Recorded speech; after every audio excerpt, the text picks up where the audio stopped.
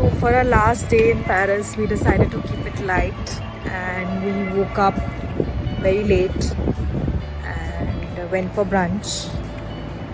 Then we walked all around Eiffel Tower. We couldn't visit the Eiffel Tower because it was under some repairs or something. So we walked all around it. We got churros, hot churros. We were walking with our churros. We saw a merry-go-round, which was very cute. And then we sat at the Trocadero and we were just people watching. There were so many other tourists, and just observing, taking the sights and absorbing the beauty of Eiffel Tower in front of us. It was really good. It was a nice way to end the trip. And then when it was time for sunset, there were so many people starting to gather in the square. There was actually an artist playing his keyboard in the middle of the Trocadero. There were dancers doing the hip hop and stuff, and there were artists doing magic tricks and all sorts of things. So that was really nice. And then we came back to hotel because for this day we had planned a very nice and fancy dinner at a Michelin star restaurant, which is Ciel de Paris, and we had booked a table with a really good view of the entire city. So we got dressed up in our fancy clothes and stuff.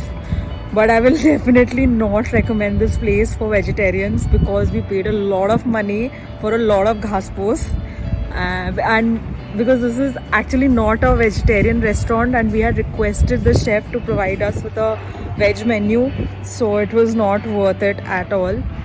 But yeah, we had nice cocktails and we saw the view from above and all that. So that's how our last day ended, and the entire trip ended with that.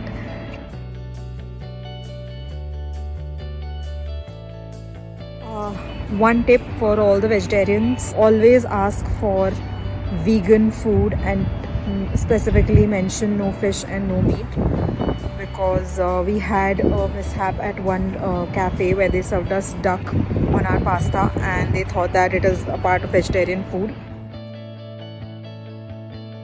Pro tip: whenever you're traveling around the city, always take a car from your hotel or use public transport in the city like the metro.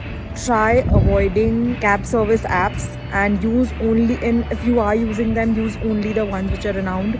The minus point in using cab services is that when you book the cab, you have a lot of difficulty explaining to the cab driver where to come and where to meet him because you don't understand the language.